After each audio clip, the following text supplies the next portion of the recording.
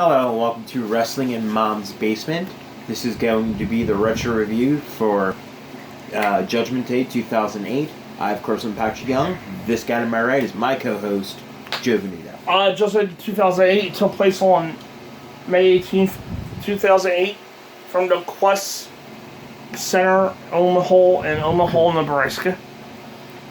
Attendance 11,324. Commentators Jim Ross, Jerry Lowell, Mark Cole, Mick Foley, Mike Amley, and Taz. The only thing was I actually didn't remember the show fully at all, so that was good. I only remember like a couple matches. Yeah. Which were Shawn and Jericho and Edge and Taker. Yeah. There are two World Title matches: Edge and Taker, and Triple H, Orton, and Cage, and a Raw, and then Shawn vs. Jericho also, which is always worth checking out. So we'll get to it. Opening videos about the title matches and Shawn and Jericho, of course, and Cena vs. JBL. The Hell's Gate submission is banned in the Edge and Taker match.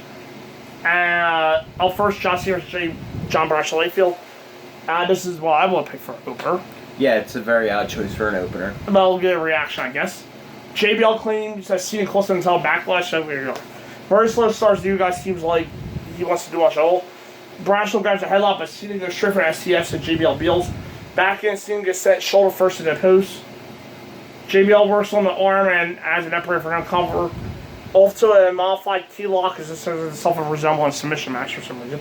Cena rolls out the near cross arm breaker, but it doesn't really hurt JBL, so the assault continues. Cena comes out one arm and hammers away, and a throwback to rotate JBL down. Top rope famous or misses as Cena hits the apron.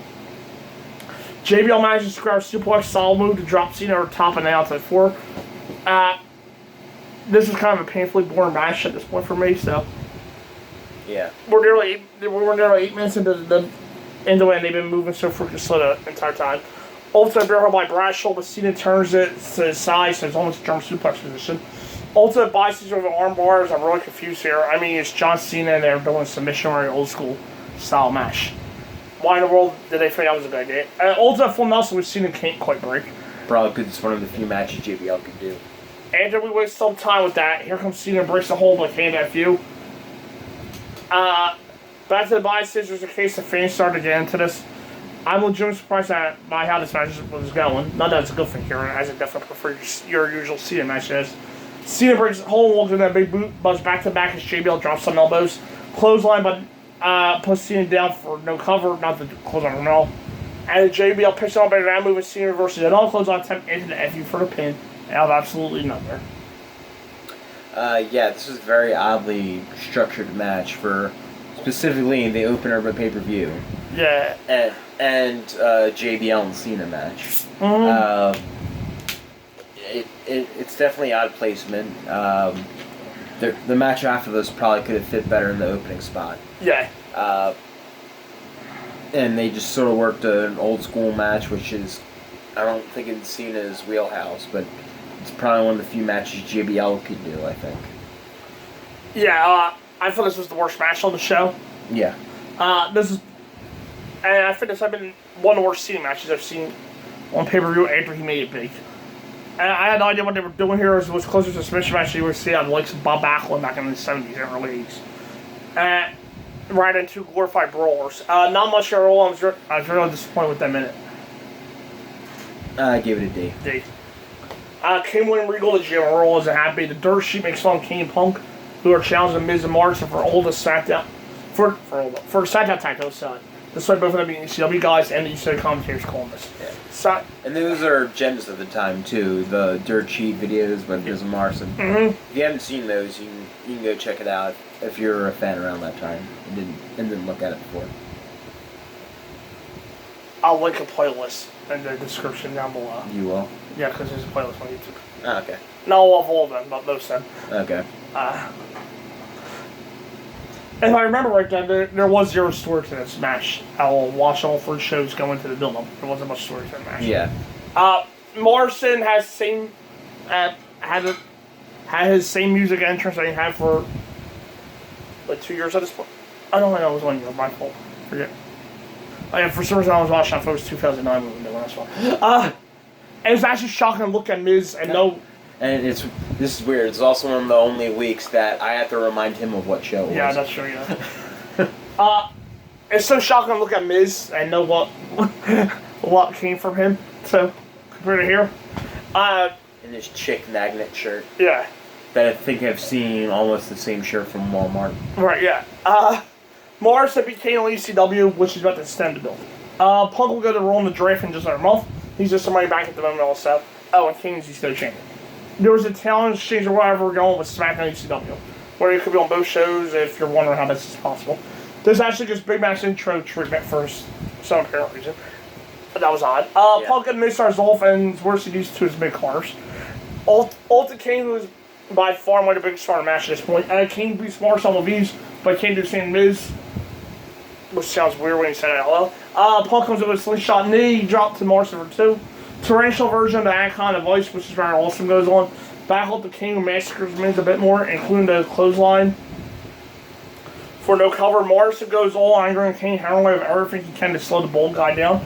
Miz and Morrison both have a lack of finishing moves for the most part, other than Morrison had his stuff at this point. And Miz only had his, Miz Realize, I believe it was called.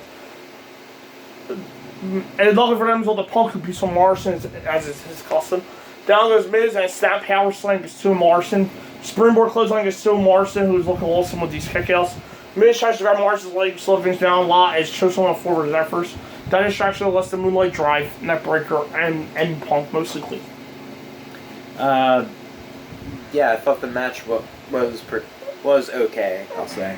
Probably not the best they all can do, but I don't think they were necessarily asking them to.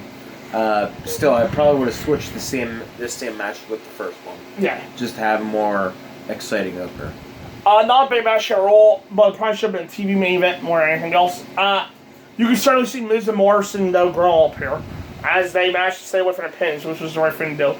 Having matches with guys like Kane Punk was what made him get a lot better in a hurry, which is exactly why someone like Kane was on ECW. Mm-hmm. Final little match here. I gave you a C. C. Rainbow is sponsoring a pay-per-view tonight for no apparent reason. I forgot there was a Rambo movie in 2008. That's why Rainbow was sponsoring a pay-per-view again. I literally thought they just picked the whole movie to start sponsoring. Okay. We recap Jericho versus Shawn this start Mania. One is Shawn retired Flair, Batista then kind of sword turned heel at least against Shawn. Saying that Shawn had no right to retire Flair like he did. This led to a match of Backlash where Jericho refereed for no apparent reason. Actually, probably is one, but I don't remember it. Right now. Yeah, I don't remember it either. Shawn says he'll do all took the win in the match he escaped Batista bomb per his knee. Jericho called shenanigans and gave Shawn an award for Best Actor. Shawn and Jericho fought Miz and Morrison on a roll, and Shawn only managed one super kick, which was enough to stop the win. Jericho bought the injury that Shawn said he was faking. Jericho now doesn't believe him, so Shawn kicked his head off. That brings us here. Shawn loses Chris Jericho. Jericho's IC champion here, but it's not a title. Shawn's closer to heel here, which is rather odd to see. Naturally, he gets the face off here now. Well, the bigger one, because Jericho got one of his own, too. Yeah. This is one of the first, and not many matches that these guys had in 2008.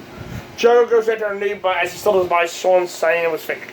Ultimate headlock by Shawn as Jericho goes to the leg again. Shawn grabs the invert for 4, which JR calls a Native American deathlock. Okay. That's a new one, I guess. Inverted figure 4, you usually call it, but alright. Jericho gets to the ropes as a standoff. This is Shawn vs. Jericho 15 minutes to work with, so I won't expect a lot of jokes coming out of me here. We get a card game reference at JR for no apparent reason. And it's all to fight over an armbar. Shawn gets something like crossbreaker over the arm, which is pretty cool looking. To me anyway, Jericho looked weird with the full tights and the short hair. Yeah, I remember thinking it was weird that he went to the short hair with the short tights. Yeah, but I think the trunks were a nice touch for him. Yeah. With the short hair. And yeah, now it's weird to see it that way. Yeah. I agree with that. Jericho manages to send Shawn to the corners. No one can get a center advantage at all here. To the corner, Jericho gets knocked off, but gets his knees up to block the elbow from the top. Jericho hammers on the ribs as we hit that dominant stress. See what psychology does help you out here. Shawn avoids the bulldog as the momentum shifts again. Jericho might have had control for a minute and a half, which is certainly the longest in the entire match so far. Forearm by Shawn, but he gets caught on the walls and the crowd reacts. Both guys hit Aber and Chris gets his head kicked up by Sweet Chin Music and he's down the floor. Back in, that's when you assume Shawn drops the elbow, but his ribs will hurt even worse now. This is great stuff, if that wasn't clear by the way they wrote the match out. Jericho wisely falls down instead, taking that super kick, and then does it again. Crowd is short to finger that, so Shawn gets a bit closer and keeps tuning it up. Shawn fires it, but Jericho's playing positive, just like Shawn did against Batista and drills with the code breaker and nice spot. That's only a good match. That's only good enough for $2. The fans are way into this. See what happens if you put two of the best ever in the ring, get them time and story, you get a great match. Why is that so complicated anymore? Shawn grabs the crossface out of nowhere and Jericho somehow manages to get the rope. Shawn's enough of a second to make that work, I guess. Shawn just draped over the top, and we get even more sweet psychology. Shawn puts his knees up for line salt, but Jericho lands on his feet and tries the wall. Shawn rolls through the surprise fender to end it. Awesome match. Yeah, it is an awesome match. Definitely one of their underrated matches. High level because I gave it a high grade, but very underrated because it's never talked about. Yeah. For some reason. Yeah, probably because they go on to have... Terrible. Yeah. Probably because they've had better, and they probably will, and they have better. But this is still friggin' fantastic from both of them. Yeah, I've got 2 matches at a time in the story. What did you really expect to happen here? I don't think it's possible for these to have a bad match. I didn't come close to one here. This was set to feud a year, one to fuse a year, I should say. As Jericho will get the world title in about 3 months, and Shawn will chase it. Awful. For me, it was a match that I gave it an A. A. They shake hands post-match, and both guys are tentative because of what happened in Seattle back in 2003. Mickie James doesn't really want to talk about how her date with Cena went. Because why should you know that personal stuff? As JBL comes up, JBL bullies Grisham and tells about fighting, which goes nowhere at all. Raw Women's title, Beth Phoenix versus Melina versus Mickie James. Mickey's champion. Mickey's champion, so we're like an hour and 10 minutes into the show, and the SmackDown guys haven't called a single thing yet. Gotta love their treatment of SmackDown back then. Beth and Melina argue about the title shot, and we see why Beth didn't talk that much back then. Because I actually think Beth's better on the mic now. Yeah. There she was then. Mickey's so bubbly and hot at this point, and now she's not as bubbly, but hotter. She lost her bubbliness, but she gained her hotness. No, like I said, I thought she's not hot now, but you get the idea. And this got big match intro too, so wow. And Melina's boobs look extra good here too. I must point out. Beth tells Melina to get out of her ring, so Melina drills her kick. Becky grabs a victory roll for two. Melina is 1-1 for a while. Beth pulls her out as challenger versus challenger. Mickey's back in now, and we get some nice triple person spots. James throws on something like attaches on Beth, which goes nowhere. Real card to Melina allows Mickey to go up, only to get it looked like pussied in the face by Melina. But yeah, they see things up a bit, and Mickey gets the top rope press to Beth, followed by a hard seat dropkick and your holy crap spot at night. Beth puts them both in an over the shoulder body vice for about 12 seconds. Yeah. Mickey gets to the jump. That's pretty sick. Mickey gets to the jumping DDT to Melina quickly after that retained, but I didn't care because I was still getting over the body vice move, which was extremely awesome. By the way, I knew this match was on the card. Once I knew the match was on the card, I knew how sure it was, but I remembered what I was actually excited to see the match again because I remembered liking it a lot then. Yeah, it was a good match. Definitely better than whatever the women were actually doing at the time. Right. My only complaint about it is that it was actually pretty short. Given another 5 minutes, it could easily be remembered a lot more widely remembered. Yeah. Better TV match than usual. Actually, all 3 girls are working hard out there. It helps that they can wrestle. And the result was obviously rather good stuff. And visually, for you visual Diva fans only. While Melina's arguably the worst looking girl out there, while Melina Beth's the worst looking girl out there, you're doing pretty damn good, if you ask me. Yeah. I try to cater to all you crazy men. You sexist ones and you respectful ones. And I believe this is around the time when Melina was my favorite one. Not yet. She was injured when she became your favorite. That's right, yeah. You were still on the Ashley train. I don't know, actually, no, this, Maria. There you go, yeah. With it, yeah, it was Maria. You're right. With it also spotlight down and Good match. Other than that, this is one of the better debut matches I've seen in a while.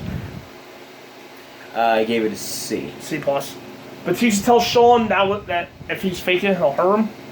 That'll be next month, I believe. Yeah. Sure rules. We'll get to that one soon. I'm sure. Undertaker dominated a text message poll about who will win. We recap Edge versus Undertaker. Basically, Undertaker used the Hell's Gate. And Vicky Bandit, Edge got hurt. And since Taker didn't show remorse, she stripped him of it, and there's a Taker versus Edge match title. Then there was some over top of a challenge where you had to win the match to qualify. Batista won. But Edge was allowed to come in the ring and win. So there you go. So number one title, Edge versus Undertaker. Title's vacant, to remember. Mm-hmm. Edge's pirate in goal for some reason at first. The two entrances shouldn't take 5 minutes combined, period. Yeah. This is one of the short Taker entrances in recent years. Taker tries to box to start Edge involved. Edge tries right hands and gets lost in the corner as Taker takes over. All to the arm as Taker tries to take up the spear. Old school's counter. I don't even remember the last time he hit it at that point. They fall on the floor with a bit of Edge sent in the steps and baseball slide take over. Big boot by Taker misses in the corner, which gets 2 for Edge. Edge works on the knee and they slug it out a bit. Edge hits a big boot to about the shoulder or so for no cover. Old school time by Edge gets the same result as Taker's attempts earlier. They slug it out again, which of course Taker wins. Taker chokeslams him into the corner for some reason, and big boot actually hit Edge in the face. Just 2 old school number 3 hits. I guess that's high school, since we already had elementary and middle school attempts. Yeah. I guess that was the high school. Old school. Hulk has arrived at Edge heads. Come out for distractions. Edge exposes the buckle. That's a better option because you don't want him to expose himself. Yeah, you don't want another live sex celebration. Yeah. In the PG era. Yeah. Spears post though and buckle bomb gets 2. Had to give it to Taker for he was busting out some nice justice to his regular moves here. Snake eyes into the buckle does worse. The Edge hammers away in the corner, but gets caught in the snake eyes in the corner anyway. Taker likes that corner, I guess. Instead of covering Taker, Taker tries to hit the ropes herself in, but Edge called the Sly Fox by Cole.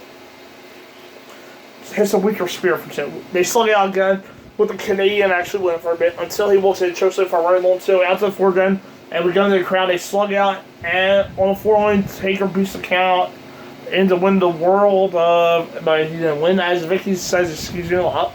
Taker knows one title because his count. They will have no match in the form of TLC next month, where Taker had to retire. Yeah, pretty good match. But to me, it was more. I get why they did the end, and they want to continue the feud. And they really should because it's one of the best feuds of the year.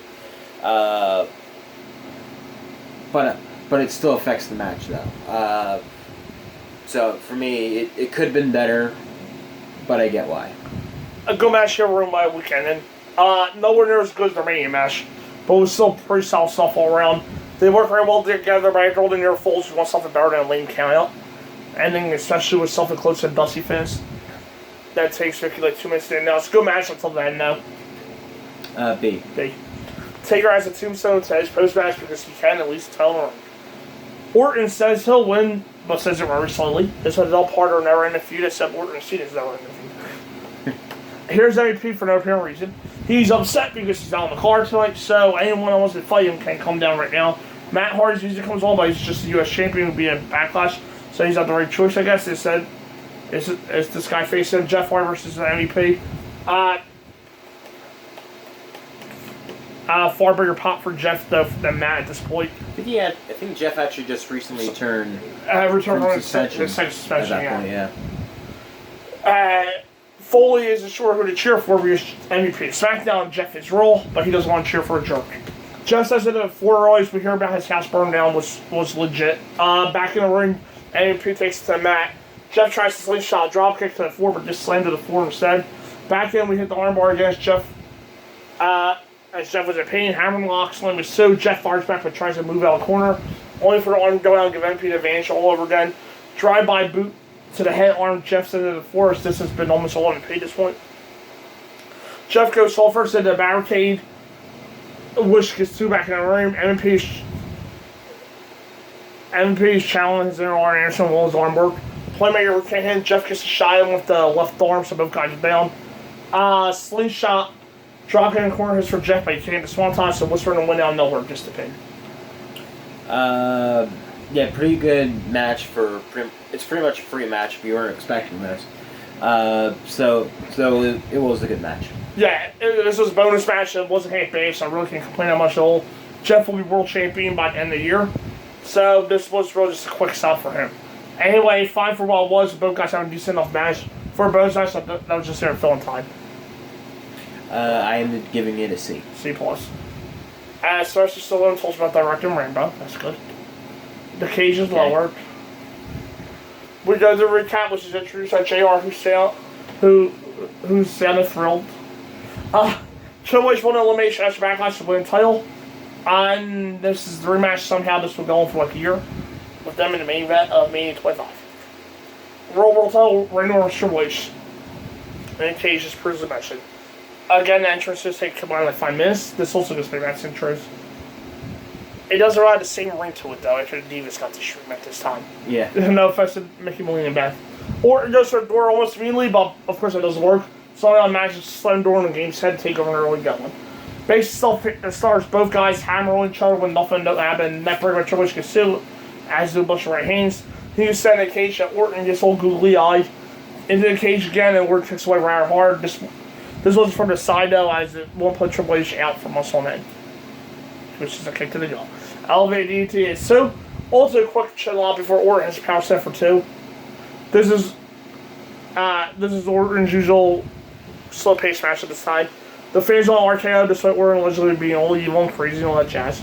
Regal still look was as somewhere around this time it was when he cut Rolf the ear during their match, which was rather cool to me.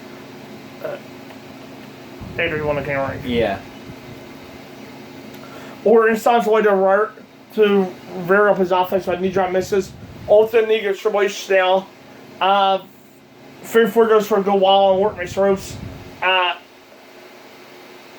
Quick RKO attempt is countered a pedigree attempt, which is countered by a backdrop by Orton. Randy goes for a door, but Triple H takes a dive and save. Orton somehow finds a chair on the floor and pulls it back in with him. That was done in cage match for Triple H at Taboo Tuesday, 2005 also. That spot. Face Buster gets sued as Orton can't get a chair shot yet. Triple H gets the chair, so Orton hits Triple H and with a low blow bring him back down. DT and chair somehow only gets sued because they entered a DT on chair. Orton clearly can't blow through a door, right? RKO onto the chair's block, and it's a Raven X drop toe hold onto the chair to buy Triple H some time, as well as a 2 count. Orton takes over again and climbs, and Triple H is like, screw that, and they fight on the top rope. Down goes the Viper, so Triple H climbs. Orton pops up to catch him as he's on the top, and the fight continues.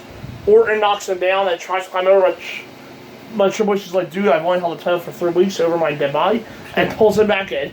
Triple H challenges Aaron Punk and tries a Pepsi plunge top Milver pedigree, but that'll be too big of a spot for them to do, so Orton slams in the mat. They fight on top some more, so they haven't done that enough in the last time this, but Orton winds up getting crushed. Spinebuster gets Orton down again, and it's time for a pedigree on cheer. That gets counted also, it's time for a punt. Triple H isn't feeling that though, so he ducks his cheer shot and the pedigree exits. Yeah, for me, I thought this match was actually kind of boring until we got to the ending, where they started like trying to climb out of the ring and stopping each other. After that, I thought the match was pretty good. Orton and Triple H usually they don't necessarily have the best chemistry together, I feel. Yeah. I think there's only like one good match I truly like say I actually liked. I think it was their No Mercy. Yeah, No Mercy Last Man Standing match. The other ones are just either just okay or kind of just odd feeling. But this one I thought again it was boring until we got to like probably 5 minutes before the end. Not bad though overall. Not bad here. They had some close calls and some decent stuff in about 22 minutes. I think that hurts the match. Yeah. The length. As always, they can't have a classic, so this is about as good as it gets for these two. Triple H was a lot to win, which helps it out a bit. Cage matches are hard to make believable. They came somewhat close here. Not bad for me, but a B-level show. I did giving it a C. B-. Earl. Overall, I gave the show a B-. I actually did have some fun with the show. It was actually nice and refreshing after the WCW pay-per-view we had and Survivor Series 97.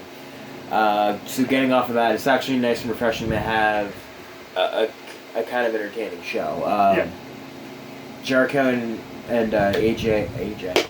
Jericho and Shawn Michaels were my favorite match of the night, but I could also back up Edge and Taker as well. Same here. I give it a B. All things considered, this was very good. You have a great match with Jericho and Shawn, and the worst match is the opener, which oddly enough I've seen in it. I still look at that one. Anyway, this was a very good show. Overall, which might have done with the not remembering it all the way either, but because I literally only remember 2 matches. I don't know why 2008 is considered a bad year for WWE, but yeah, and so is 2009. I get that for Raw though in 2009, like that's considered bad. Yeah. For Raw. But we had SmackDown and ECW, which was I guess not as good, but a decent version of what NXT is now. On ECW, so yeah. The next pay-per-view for Sunday. Oh, no.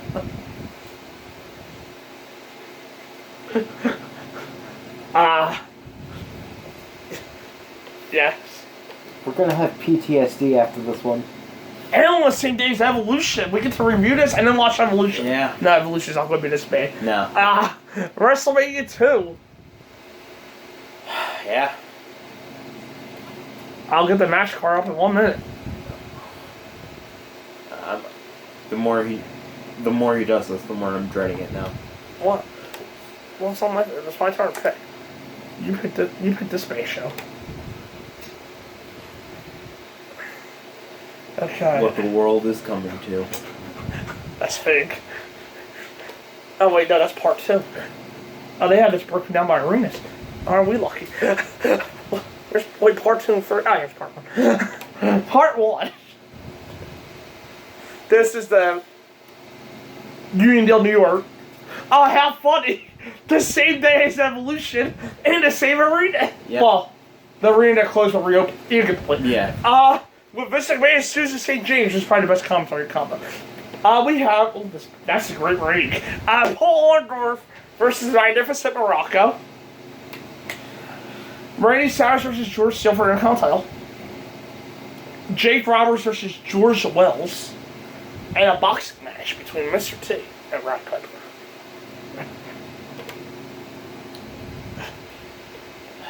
Well, part 2, which I believe Chicago. Yeah. Yeah. Rosemont Horizon. Yep. Fabulous Moolah versus Velvet McIntyre. This part is slightly better than the first. Yeah, there's more reason for that. Kermel Kirchner versus Nikolai Volkov in a fly match. Not that reason. Should I name everybody in the NFL? Okay. The WWF NFL Battle Royal with Andre Giant, the Hart Foundation people. I believe when I watched it the first time, this was the best match of the night. So I'll stick to my guns here. World Title Title match, Bruce Bulls versus the Dream Team. I believe that was the best match of the night the first time around. Yeah. So there's no lies there. And part 3. Really, part 3's higher. Wow. I guess because the matches are just barely passable if they can be. Yeah. Part 2 only have one good match. At least the show gets better as it goes on. Ricky Steamboat versus Hercules Hernandez. Adrian Adonis versus Uncle Elmer.